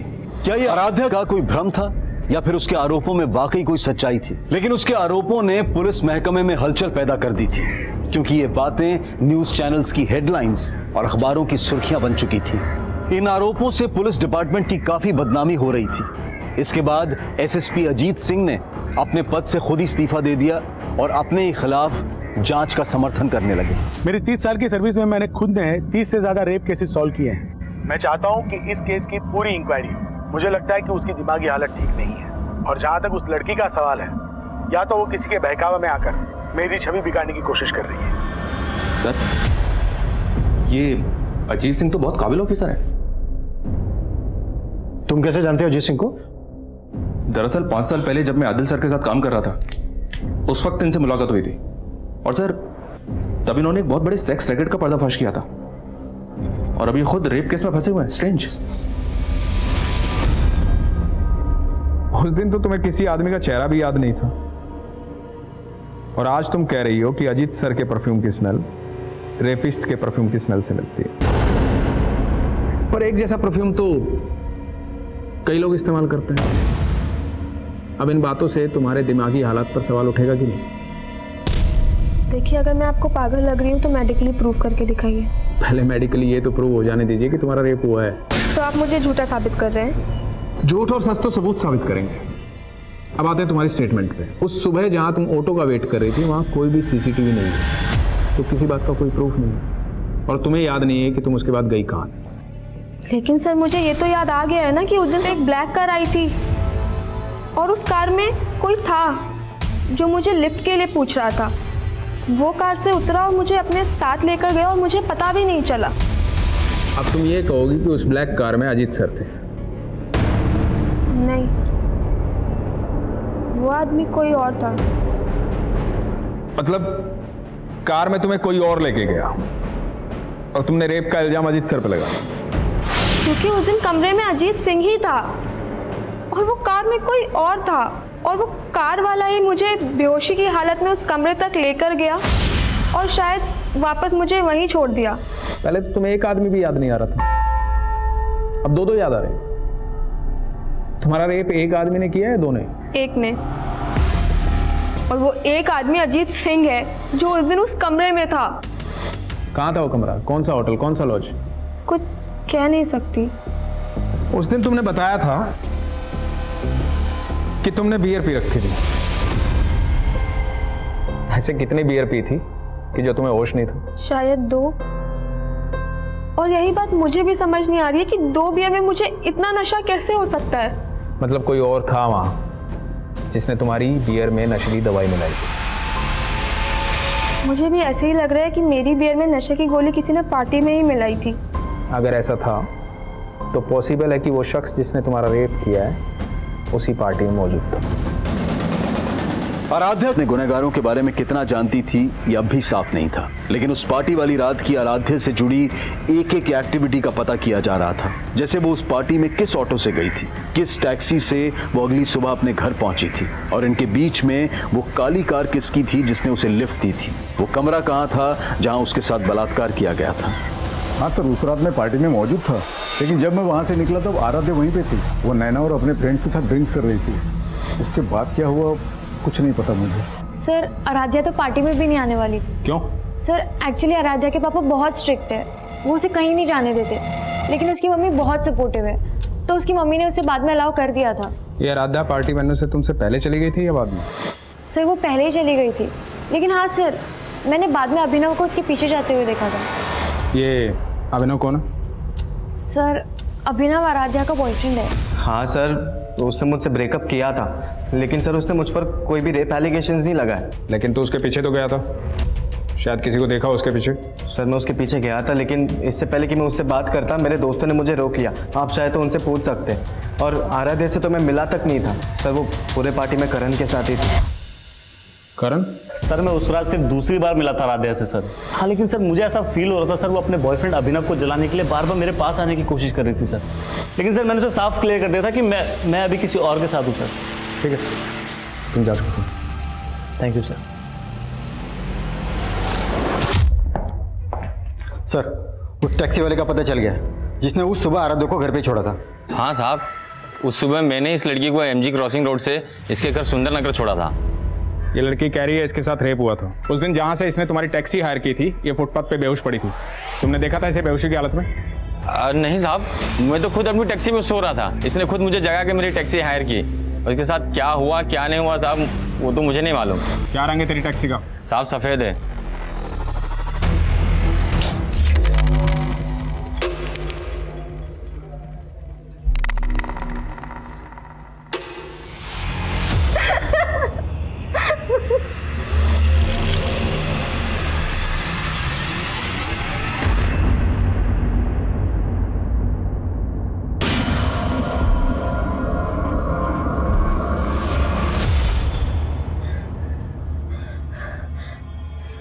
याद आया मम्मी, उस घर का मेन गेट का कलर ब्लू था जहाँ पे मुझे वो ब्लैक कार लेके गई थी। Blue colour? पर बेटा पुलिस ने कंफर्म किया है अजीत सिंह के बंगलों का मेन गेट ब्लू कलर का नहीं है।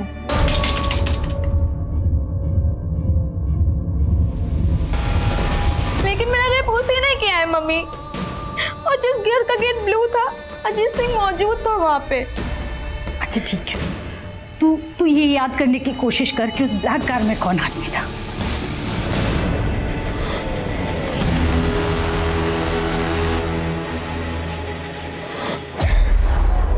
याद आया कौन था ब्लैक कार में? आराध्या, अब तुम कभी प्रूव नहीं कर पाओगी कि अजीत जी ने तुम्हारा रेप किया। मतलब अब आप वो कर रहे हैं जो वो आपसे करवा रहे हैं। अब तुम मुझे समझाओगी मुझे क्या करना चाहिए और क्या नहीं करना चाहिए? सर नाराज मत होइए, बच्ची है, नादानी में बोल गई। नादान? बहुत पहुंची हुई चीज है ये। टेबल टेनिस कंपटीशन में नॉमिनेशन के लिए आराध्या की सिफारिश लेकर तुम गई थी अजीत जी के पास, क्योंकि वो तुम्हारे फ्रेंड की जान पहचान के हैं। सुहासिनी जी, मैं ऐसी कोई सिफारिश नहीं करूंगा। आपकी बेटी को क्लब में फ्री ट्रेनिंग दिलाने के लिए मैंने सिफारिश कर दी थी, लेकिन वो कंपटीशन में सिलेक्ट होगी या नहीं ये सिर्फ उसका गेम डिसाइड कर सकता है, मैं नहीं। बात नहीं बनी तो बदनाम करने की कोशिश की। तो क्या कह रहे हैं आप सर? उस रात आप अपनी बेटी को पार्टी में नहीं भेजना चाहते थे ना? जी सर, लेकिन तुम्हारी बीवी ने भेजा जबरदस्ती, क्योंकि नहीं भेजती तो ये खेल कैसे रचती? खेल तो मेरी बेटी की जिंदगी के साथ हुआ है सर। आपको पता है उस दिन वो काली कार में कौन आया था, कौन इसको लेकर के गया था? करण सिंह, अजीत सिंह का बेटा। लिफ्ट चाहिए क्या तुम्हें? तो अपनी दलील को पुख्ता करने के लिए अजीत जी के बेटे को फ्रेम कर रही हो तुम। कोई नहीं सुनेगा तुम्हारी कहानी। मतलब मेरा रेप आपको अब कहानी लग रही है? बहुत कहानी है तुम्हारे पास। मेडिकली प्रूव हो चुका है कि तुम्हारे साथ कोई जबरदस्ती नहीं हुई, और सेक्सुअली एक्टिव तो तुम पहले से थी ना। क्या कह रहे हैं सर आप? कुछ भी बोले जा रहे हैं? पूछो अपनी बेटी से, अपने एक्स बॉयफ्रेंड अभिनव के साथ इसके फिजिकल रिलेशन थे या नहीं? सच क्यों नहीं बोल रही? हाँ बन गए थे अभिनव के साथ मेरे रिलेशन, लेकिन 19 मार्च की सुबह मेरा रेप हुआ था और अजीत सिंह ने ही वो उस दिन इंदौर में थे ही नहीं।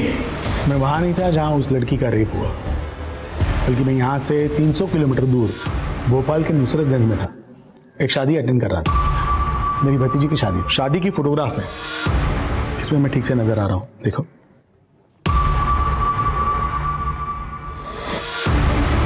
अपने एलिगेशन वापस लो, तो इस केस में उल्टे बुरी तरह फंस जाओगे।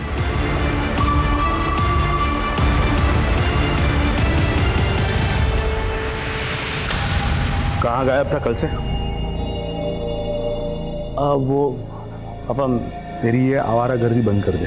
अगर तेरे खिलाफ कुछ भी साबित हुआ ना, तो सबसे पहले मैं तुझे अंदर करवाऊंगा।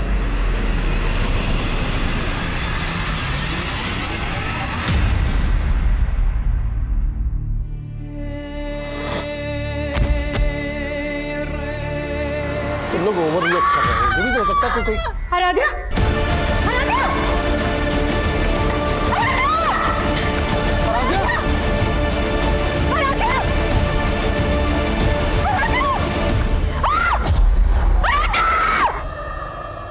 आराध्या की मौत हो गई थी और जल्द ही मीडिया इस मामले को आत्महत्या का रंग भी देने लगी।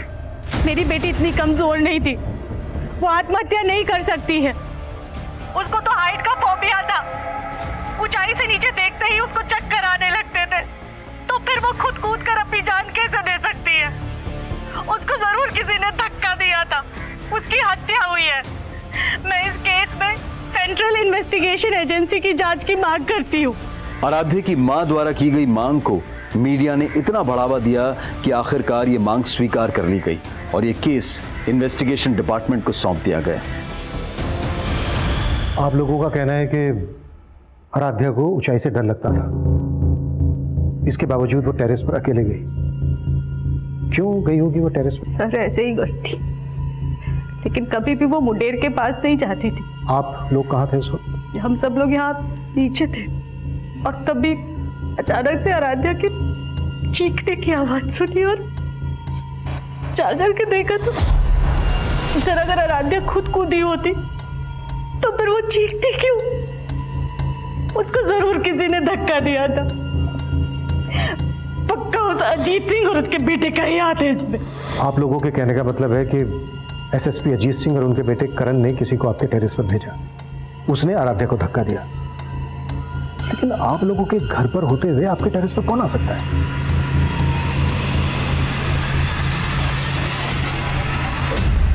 सर लड़की की लाश वहां मिली थी। अगर कोई बाहरी आदमी इस छत पे आया है तो पड़ोस की किसी छत से ही आ सकता है, क्योंकि यहाँ पे आने के लिए सीढ़ियां घर के अंदर से ही आती हैं और आस पड़ोस की किसी छत पे सीसीटीवी मिलना तो पॉसिबल नहीं है। सुमित साहब, आसपास पता करो, वारदात के दिन कोई सस्पिशियस शख्स देखा गया था क्या? साहब, मनीष, सबसे पहले हमें यह पता करना होगा कि आराध्या का रेप और मर्डर केस क्या दोनों आपस में कनेक्टेड है या फिर दोनों केसेस अलग अलग हैं? लेकिन सर इस केस की इन्वेस्टिगेटिव टीम का तो यही मानना है कि आराध्या का रेप ही नहीं हुआ और मेडिकल रिपोर्ट से भी ये कंफर्म नहीं हुआ है। मेडिकल रिपोर्ट से जो तब कंफर्म होता ना जब रेप के तुरंत बाद उन्होंने आराध्या का मेडिकल करवाया होता। उन्होंने रिपोर्ट ही 4 दिन के बाद फाइल करवाई थी। सर आराध्या ने 3 दिन तक तो हमें भी कुछ नहीं बताया था और 4 दिन तक आराध्या को रेपिस्ट का चेहरा ही याद नहीं था। 7 दिन के बाद उसने एसएसपी अजीत सिंह पर एलिगेशन लगाए और कहीं 10वें दिन जाकर आराध्या को याद आया कि उस ब्लैक कार में अजीत सिंह का बेटा करण था। ठीक हो तुम? सर आराध्या को जैसे जैसे जो कुछ भी याद आता जा रहा था वो हमें बताती जा रही थी। इसका मतलब ये नहीं है कि वो कुछ भी झूठ बोल रही थी, लेकिन पुलिस ने हमारी किसी बात पर भी भरोसा नहीं किया। हाँ सर, अजीत सिंह ने घर पे आके मुझे धमकी दी। मैं कोई टेढ़ा तरीका इस्तेमाल नहीं करना चाहता। आप कोर्ट में जाना चाहते हैं जरूर जाइए, लेकिन कोर्ट का फैसला आप पे भारी पड़ेगा। मेरे बॉस से बोल के मुझे जॉब से निकलवा दिया, उसके बाद मेरी वाइफ और बेटी के पीछे गुंडे लगवा दिए। 2 दिन में अगर कंप्लेन वापस नहीं ली ना तो अंजाम बुरा होगा, समझे? कौन आदमी थे वो?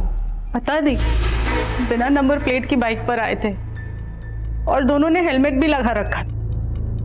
हमने पुलिस को इस बात की जानकारी दी, लेकिन हमारी कोई सुनवाई नहीं हुई। सर आराध्या की फैमिली भले ही लगातार अजीत सिंह और उसके बेटे पर एलिगेशन लगा रही है, लेकिन अजीत की अलाबाई उसके खिलाफ नहीं जाती। ये देखिए सर, 19 मार्च को अजीत सिंह भोपाल में शादी में शामिल हुआ था, और ये बात सही है सर, मैंने कंफर्म किया है। और सर ये एविडेंस अजीत जी के बयान को सपोर्ट करता है। मनीष, कहीं ऐसा तो नहीं है कि तुम अभी भी इस बात से इन्फ्लुएंस हो कि अजीत सिंह एक काबिल ऑफिसर थे? नहीं सर, बिल्कुल भी नहीं।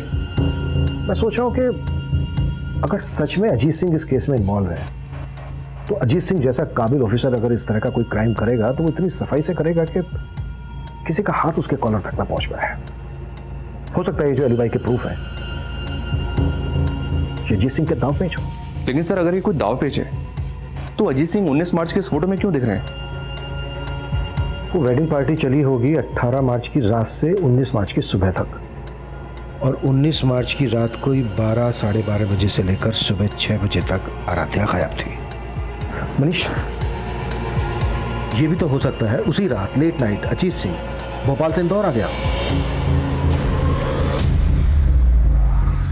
लेकिन 19 तारीख की रात तक अजीत जी का फोन भोपाल में एक्टिव था, तो क्या ये भी कोई दावपेच का हिस्सा हो सकता है सर? ये दावपेच किसका है ये पता लगाने के लिए हमें सबसे पहले उस घर का पता लगाना होगा जिसके लिए आराध्या ने कहा था कि उसमें उसका रेप हुआ। आराध्या ने स्टेटमेंट दी थी कि उस घर का गेट नीले रंग का था, लेकिन पुलिस ने उस घर को ढूंढने की कोशिश ही नहीं की। लेकिन हमें ढूंढना है। Sure sir. उस ब्लैक कार की क्या अपडेट है? As per the Aradhya's statement Ajit Singh के बेटे करण ने ब्लैक कार में ही उसको लिफ्ट दी। ठीक हो तुम? लेकिन आराध्या ने जहां से लिफ्ट ली थी उस जगह पे कोई सीसीटीवी नहीं है, और रिकॉर्ड से भी ऐसा कुछ पता नहीं चला है कि करण के पास कोई ब्लैक कलर की कार हो। ठीक है, शुरुआत अजीत सिंह के बेटे करण से ही करते हैं। बुलाओ करण को पूछताछ के लिए। सर मैं उस रात पार्टी वेन्यू के बाहर आराध्या से मिला ही नहीं सर, और ना ही मेरे पास कोई ब्लैक कलर की कार है।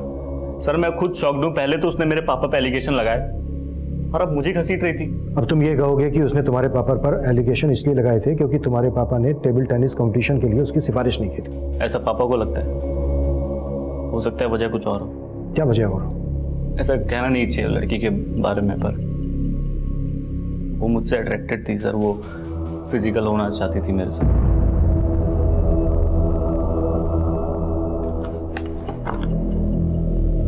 लेकिन तुमने अपने एक बयान में कहा था कि तुम आराध्या से सिर्फ 2 ही बार मिले थे।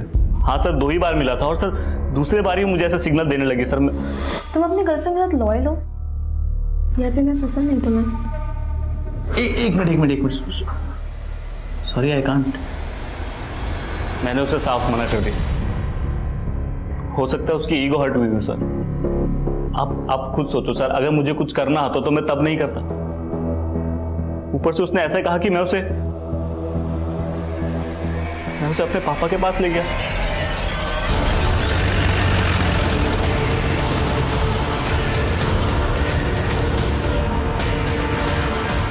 अजीत सिंह और उसका बेटा करण सिंह भले ही इस केस के प्राइम सस्पेक्ट थे, लेकिन इस केस में अभी बहुत कुछ था जो सामने नहीं आया था। जैसे कि आराध्या की मौत के पीछे का राज क्या था, वो नीले गेट वाला घर अगर था तो कहां था, वो काली गाड़ी अगर करण की नहीं थी तो किसकी थी, और उस रात पार्टी में मौजूद लोगों से भी इन्वेस्टिगेटिंग डिपार्टमेंट अपने तरीके से पूछताछ कर रही थी। और उस टैक्सी वाले को भी फिर से तलब किया गया जिसने आराध्या को रेप के बाद उसे उसके घर छोड़ा था।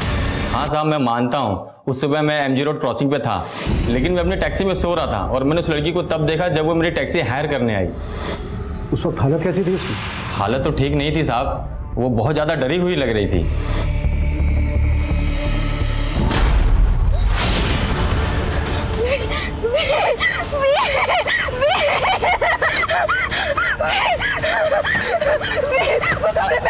अरे क्या हुआ मैडम? साहब मुझे कुछ समझ ही नहीं आया, वो कौन से व्हील और कौन से कमरे की बात कर रही थी। ये टैक्सी वाला बोल रहा है कि आराध्या किसी व्हील और कमरे की बात कर रही थी। कहीं ये कमरा वही तो नहीं जिसमें आराध्या का रेप हुआ था? तो किसी व्हील का भी उस ब्लू गेट वाले घर से कनेक्शन है? ऐसा कोई घर मिला? नहीं सर, फिलहाल तो नहीं। हाँ लेकिन आराध्या की दोस्त नैना ने एक नई स्टेटमेंट दी। सर मैंने ये बात पहले भी पुलिस को बताने की कोशिश की थी, लेकिन वो वही जानने में इंटरेस्टेड थे जो वो जानना चाहते थे। कब की बात है ये? क्या हुआ? मुझे लगा वो सुपर शादा भी यहीं खड़ा था और हमें मोबाइल में रिकॉर्ड कर रहा था। सर तब तो हमने ये बात को इग्नोर कर लिया था, लेकिन आराध्या के रेप और मर्डर के बाद ऐसा लगा कि शायद इसका कुछ कनेक्शन हो। नाम क्या उसके घर का? सर शंकर, वो यही काम करता है।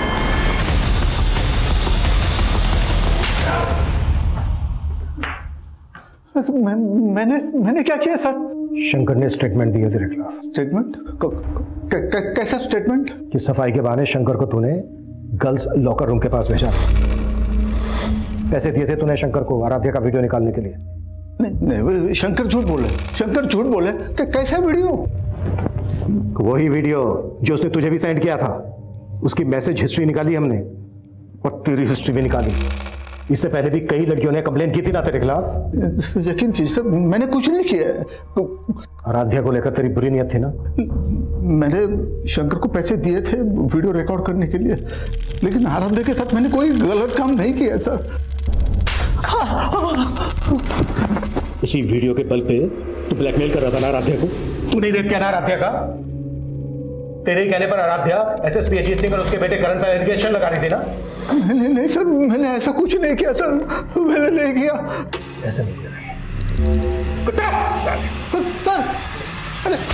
सर ये सुधाकर तो वहीं का वहीं अटका हुआ है। करण और अजीत से भी इसके ऐसे किसी इशू का पता नहीं चला है जिससे लगे कि सुधाकर की ब्लैकमेलिंग की वजह से आराध्या करण और अजीत पे एलिगेशंस लगा रही थी। मनीष, ये सिर्फ मेरी थ्योरी है। इसका मतलब ये नहीं है कि अजीत सिंह और उनके बेटे करण को मैं शक के दायरे से बाहर कर रहा हूं। सर एक थ्योरी मेरी भी है। अगर हम लोग ये मान लें कि आराध्या की संदिग्ध मौत और उसका रेप केस दोनों अलग अलग हैं, तो हम आराध्या की फैमिली को क्लीन चिट नहीं दे सकते। आराध्या का भाई और फादर तो चाहते ही नहीं था कि आराध्या केस फाइल करे। वो तो आराध्या ने फोर्स किया तो अंत में जाकर केस फाइल हुआ। और शायद इसीलिए आराध्या को छत से गिराकर मार दिया गया। सिर्फ इस थ्योरी के बेसिस पे हम इनको इंट्रोगेट नहीं कर सकते। देखो कुछ मिलता है क्या इनके खिलाफ?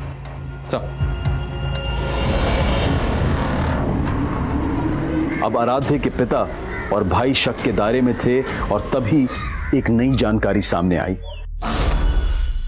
आराध्या का जिस दिन मर्डर हुआ था सर, उसके कुछ दिन पहले से ये आदमी आराध्या के घर के पास मंडरा रहा था। कौन है? आराध्या की फैमिली ने तो इसको आइडेंटिफाई नहीं किया है, पर अपनी एक टीम इसकी पहचान पता करने में लगी हुई है। सर मुझे आपको एक बात बतानी थी। मेरे पास कुछ दिन पहले एक फ़ोन आया था। हेलो सर, वो फ़ोन एक लड़की का था। इस केस के बारे में कुछ जानती थी, मुझसे मिलना चाहती थी, पर केस तब तक आपको ट्रांसफ़र हो गया।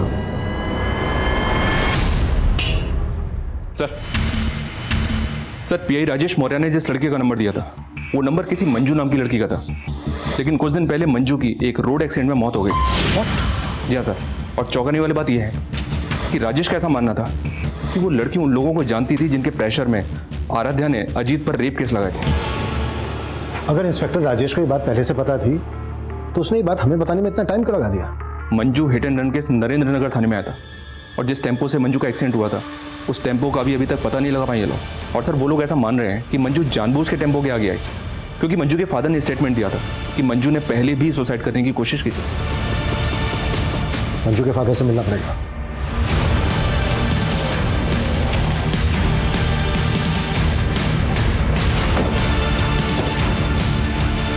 हाँ साहब, ये सच है कि मेरी बेटी ने आत्महत्या करने की कोशिश की थी। लेकिन आपकी बेटी मंजू ने पहले आत्महत्या करने की कोशिश की ही क्यों थी? वो आदमी पापा, साहब मेरी बेटी ने बताया कि वो लोग उसे ब्लैकमेल करके उसके साथ ज़बरदस्ती करते थे साहब। मुझे अपनी बेटी पे शक था पहले कि शायद उसका चक्कर उस गाड़ी वाले के साथ चल रहा है। कौन गाड़ी वाला? क्या वो गाड़ी ब्लैक कलर की थी? जी साहब।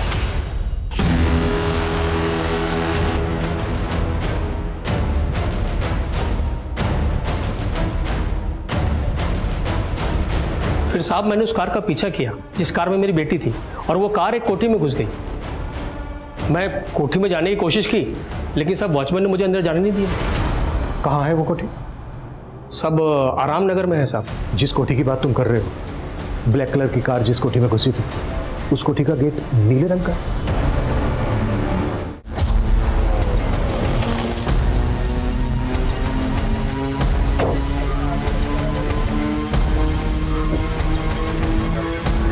कलर चेंज कर दिया। कौन हो भाई? अरे गाड़ी में डालो इसको। अरे साहब मैंने क्या किया साहब?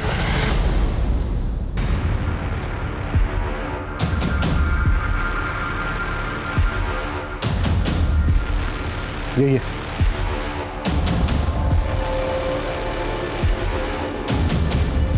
साहब मुझे कुछ समझ ही नहीं आया, वो कौन से व्हील और कौन से कमरे की बात कर रही थी।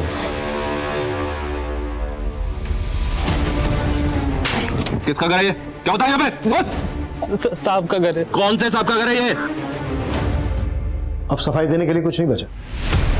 बेनामी संपत्ति का वो घर जब्त हो चुका है और तुम्हारा वफादार खबरी मुकेश उठा लिया उसको हमने। मुकेश सब कुछ कबूल कर चुका है। क्या कबूल कर चुका है वो? यही कि मेरे कहने पर उसने उस लड़की को छत पे से फेंक कर मारा। हाँ, मैंने करवाया उस लड़की का मर्डर, क्योंकि उस लड़की ने मेरा जीना हराम कर दिया था। मेरा 30 साल का बेदाग करियर खाक में मिला दिया था। लेकिन इससे ये कहाँ साबित होता है कि मैंने उस लड़की का रेप किया? अजीत सिंह एक बहुत ही पावरफुल और पहुंच वाला ऑफिसर था, इसलिए आईडी के लिए यह बेहद जरूरी था कि वो उसके खिलाफ पुख्ता सबूत जुटाए। आईडी की टीम ने क्राइम सीन की फोरेंसिक जांच करवाई और वहां उन्हें आराध्या, अजीत और कुसुम तीनों के ही डीएनए के ट्रेसेस मिले और उस प्रॉपर्टी की डिटेल से यह भी पता चल गया कि वो बंगलो अजीत सिंह की ही एक बेनामी संपत्ति थी। तुम मुंह खोलेगा या फिर मैं मेरे तरीके से मुंह खुलवाऊं तेरे से? गर्मी मत दिखाओ जिंदल, गर्मी अच्छे अच्छे को खा जाती है, मुझे भी खा गई। औदा मिलते ही अंदर की सारी बुरी आदतें उबाल मारने लगती हैं। मुझे लड़की की आदत थी और मेरे बेटे को ड्रग्स की। मैंने कई बार कोशिश की कि उसकी ये आदत मैं छुड़वाऊं, लेकिन बाद में हम दोनों ने संधि कर ली। मैं उसकी आदतें पूरी करता था और वो मेरी जरूरत है। सर मंजू, मैंने उससे दोस्ती करी, उसे लगा मैं उससे प्यार करता हूँ, लेकिन मैं उसे अपने पापा के पास ले गया था। मंजू कमजोर थी, उसे मजबूर करना बहुत मुश्किल नहीं था, लेकिन आराध्या नखरीली क्रीम थी। करण को उसके लिए बहुत पापड़ बेलने पड़े। सर वो पार्टी में आराध्या के बियर में मैंने ही नशे की गोली मिलाई थी सर। पार्टी के बाद जब आराध्या घर को निकली तो मैं उसके पीछे गया। मैंने देखा सर वो ऑलमोस्ट बेहोश से पड़ी थी रास्ते में। मैं उसे लिफ्ट दी और पापा के पास ले गए। तुझे लगा कि आराध्या तुझे कभी पहचान नहीं पाएगी, लेकिन आराध्या ने तुझे पहचान लिया, वर्दी उतरा दी तेरी, और ये बात तेरे से बर्दाश्त नहीं हुई। हाँ, नहीं हुई मुझसे बर्दाश्त, और ये बात भी मुझसे बर्दाश्त नहीं हुई कि मेरा ही डिपार्टमेंट मेरे पीछे हाथ धो करके पड़ा था। और वो खबरी मुकेश मेरा पुराना वफादार, और उसने मेरे कहने पर आराध्या को खत्म कर दिया। मंजू को भी तूने मरवाया ना? मंजू सर पे चढ़ने लगी थी। आराध्या की हिम्मत देखकर उसे भी हिम्मत आने लगी थी। उसने इंस्पेक्टर राजेश को फोन कर दिया। हेलो, ये बात मुझे पता चल गई और मौका देखते ही मैंने उसे भी। पुलिस रक्षक होती है, भक्षक नहीं, और एक बाप अपनी औलाद को सही रास्ते पर लाता है, गलत रास्ते पर नहीं। तूने अपने बेटे को अपने निजी स्वार्थ के लिए गलत रास्ते पर लाया।